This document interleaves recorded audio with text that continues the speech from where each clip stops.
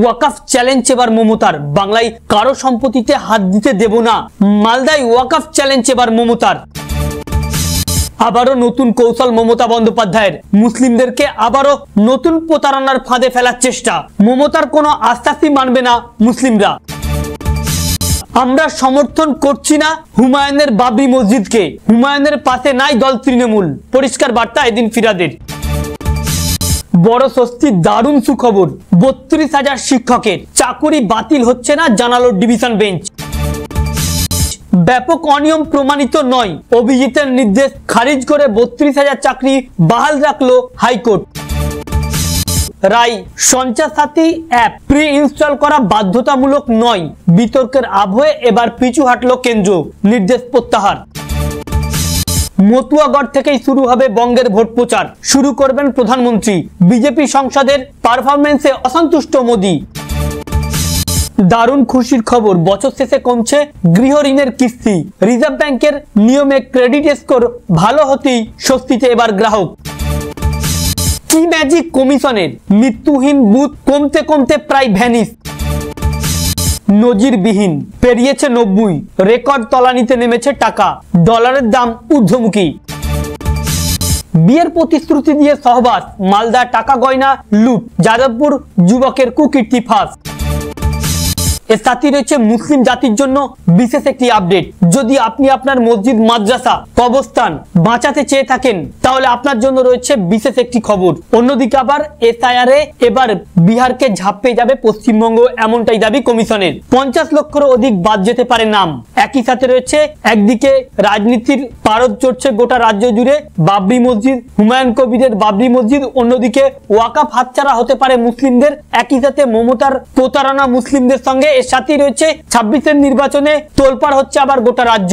একই সাথে রয়েছে আজকের বাছাই করা আরো বেশ কয়েকটি অতি গুরুত্বপূর্ণ আপডেট। আর আজকে মূলত থাকবে এই সকল বিষয়ের উপরই বিস্তারিতভাবে আলোচনা, তাই আপনি ভিডিওটিকে মোটেও স্কিপ না করে শেষ পর্যন্ত দেখবেন। আলোচনা শুরু করার পূর্বে আপনাদের কাছে একটা রিকোয়েস্ট, ভিডিওটিকে অবশ্যই একটি লাইক করে জনস্বার্থে শেয়ার করবেন। চ্যানেলে নতুন হয়ে থাকলে চ্যানেলটিকে সাবস্ক্রাইব করবেন। চলুন দেখে নেওয়া যাক বিস্তারিত।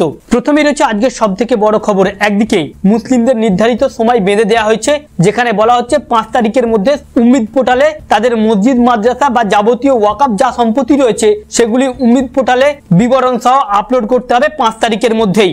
যদি 5 তারিখের মধ্যে আপলোড না করতে পারে তাহলে ঘোর বিপদে পড়বে মুসলিমরা তাদের কবরস্থান, মসজিদ এবং দরগাহ সম্পত্তি নিয়ে। বিরোধীরা দাবি করছে যদি এই সম্পত্তি 5 তারিখের মধ্যে আপলোড না করা হয় তাহলে সরকারের হস্তান্তর হয়ে যাবে। এ নিয়েই চড়ছে পারদ। একের পর একজন এক এক রকম দাবি করছে। কেউ দাবি করছে সরকারের দখলে চলে গেলে ইচ্ছা মতো কেউ মসজিদের অবস্থান, মসজিদ, দরগা বা কবরস্থানে প্রবেশ করতে পারবে না সরকারের অনুমতি ছাড়া বা নিজস্বতা হারাবে। অন্যদিকে মমতা বন্দ্যোপাধ্যায়ের আস্থাতে একবার ঠকেছে মুসলিমরা, এমনটাই দাবি করছে নওশাদ সিদ্দিকীর দল। ঠিক এর মাঝেই ফের মমতার গর্জন, নতুন চ্যালেঞ্জের মুখে মমতা বন্দ্যোপাধ্যায়। যেখানে মালদা থেকে মমতা বন্দ্যোপাধ্যায় দাবি করেছেন বাংলার ওয়াকফ সম্পত্তিতে হাত দিতে দেবে না, এটা চ্যালেঞ্জ মমতা বন্দ্যোপাধ্যায়ের। ওয়াকফ সংশোধনী বিলের বিরোধিতার পথে নেমেছিল তৃণমূল কংগ্রেস, কিন্তু শেষ পর্যন্ত চলতি বছরই এপ্রিলের সংসদে বিল পাস হয়ে যায়, রাষ্ট্রপতির স্বাক্ষরে পরিণত হয়ে তা আইনে পরিণত হয়। সেই আইনও মেনে নিয়েছে রাজ্য সরকার। তবে কোথাও কোনো ধর্মস্থানে হাত দিতে দেব না, মালদা এসআইআর সবার প্রতিবাদ থেকে ওয়াকফ বিল নিয়ে সরব হন মুখ্যমন্ত্রী মমতা বন্দ্যোপাধ্যায়। তার সব কথা, বিজেপির কাছে হিন্দুত্ব শিখবো না, আমরা হিন্দুত্ব জানি।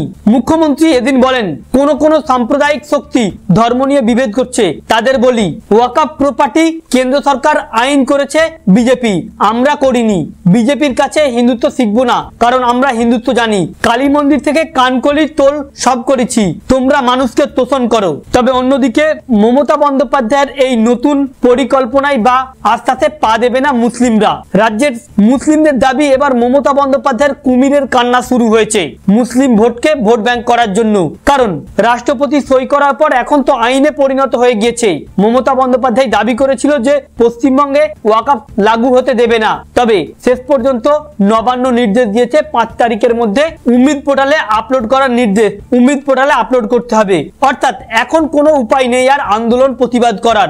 যারা মুসলিমরা দেখছেন তাদের একটাই উচিত, তাদের কবরস্থান বা মসজিদ, দরগা বাঁচাতে একটাই উপায়, আগামী 5 তারিখের মধ্যে উম্মিদ পোর্টালে ডকুমেন্ট আপলোড করতে হবে, নতুবা ঘোর বিপদে পড়বে তারা। এর সাথে আবারও উঠে পড়ে লেগেছে হুমায়ুন কবির। 6ই ডিসেম্বর বাবরি মসজিদ করবই, কেউ আটকাতে পারবে না, আইনি প্রশাসন যদি চেষ্টা করে তাহলে রুখে দাঁড়াবো।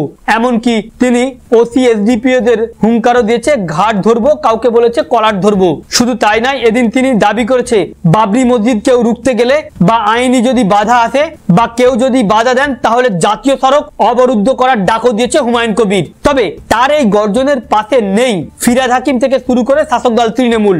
অপরদিকে আবার বড় স্বস্তি পেল 32,000 শিক্ষক। 2014 সালে প্রাথমিকের নিয়োগ বিজ্ঞপ্তি প্রকাশ করা হয়েছিল, তারপরেই হয় টেট, তার ভিত্তিতে দুবার নিয়োগ প্রক্রিয়া হয়। 42,500 জনের বেশি শিক্ষক, আর ওই নিয়োগ প্রক্রিয়াটি বেনিয়মের অভিযোগ ওঠে, কলকাতা হাইকোর্টে মামলা হয়। 2023 সালে 12ই মে হাইকোর্টের তৎকালীন বিচারপতি ছিলেন অভিজিৎ গঙ্গোপাধ্যায়, তার তত্ত্বাবধানে 32,000 শিক্ষক চাকুরিচ্যুত হন। তবে এদিন হাইকোর্টের রায়ে বড় স্বস্তি পেয়েছে চাকুরি প্রার্থী। এদিন পরিষ্কার 32,000 শিক্ষকই বেনিয়ম হয়নি, তার মধ্যে কিছু শিক্ষক বেনিয়ম হয়েছে। তবে কিছু শিক্ষকের জন্য কেন 32,000 সাজা প্রাপ্ত হবে, এ নিয়ে আশ্বাস হাইকোর্টের। তাদের আর চাকুরি প্রার্থী, তাদের চাকুরি বাতিলের কোনো খবর আর নাই। ব্যাপক অনিয়ম প্রমাণিত নয়, অভিজিতের নির্দেশ খারিজ করে 32,000 চাকরি বাহাল রাখলো কলকাতা হাইকোর্ট। অন্যদিকে আবার কেন্দ্র সরকার তরফ থেকে গতদিন ঘোষণা করা হয়েছিল, এবার নতুন যে মোবাইল আসবে প্রত্যেকটি ফোনে সঞ্চার সাথী অ্যাপ প্রি ইনস্টল থাকবে। এরপর থেকেই গুঞ্জন শুরু হয় প্রাইভেসি নিয়ে। কেউ দাবি করছিল সরকার নজরদারি করার জন্যই এই অ্যাপ প্রত্যেকের মোবাইলে বাধ্যতামূলক করছে। তবে ব্যাপক বিরোধিতার ফলে এবারে ওই নিয়ম থেকে সরকার পিছু হাঁটলো। সঞ্চার সাথী অ্যাপ প্রি ইনস্টল বাধ্যতামূলক নয়, বিতর্কের আবহে এবার পিছু হাঁটলো কেন্দ্র সরকার। একই সাথে আবার বঙ্গে আসছে প্রধানমন্ত্রী, লক্ষ্য 26-এর ভোট প্রচার। একই সাথে ক্ষোভ রাজ্যের বিজেপি নেতাদের উপরই, তাদের পারফরমেন্সে অসন্তুষ্ট, রাগান্বিত। এবারে নতুন চমক দিতে চলেছে প্রধানমন্ত্রী। এক মতুয়াগড় নিয়ে রাজ্যে ব্যাপক উত্তেজনা হচ্ছে এসআইআর আবহে। মতুয়ারা ঘুরে নেড়েছে বিজেপির কাছ থেকে। এবারে মতুয়াদের কন্ট্রোল করতে, আবারও মতুয়াদের ভোট ব্যাংক পকেটে পুরতে প্রধানমন্ত্রী নতুন কৌশল। ভোট প্রচার শুরু করবে প্রধানমন্ত্রী মতুয়াগড় থেকেই। এর সাথেই রয়েছে আরো একটি বড় খবর, ভারত ও মার্কিন যুক্তরাষ্ট্রের মধ্যে প্রস্তাবিত দ্বিপাক্ষিক বাণিজ্য চুক্তি বিলম্বের জেরে টাকার দরে পতনে সর্বকালীন এবার রেকর্ড। আশঙ্কা মিলিয়ে ডলার প্রতি টাকার দাম দাঁড়ালো 90 টাকা। শুধু তাই নয়, 90 পেরিয়েছে। বিগত কয়েকদিন ধরেই 89 টাকা ছিল। এদিন টাকার দামে ব্যাপক পতন, সেটি দাঁড়িয়েছে 90 টাকা 13 পয়সার মতো। অন্যদিকে আবার পশ্চিমবঙ্গ এসআর নিয়ে রয়েছে আরো একটি বড় খবর।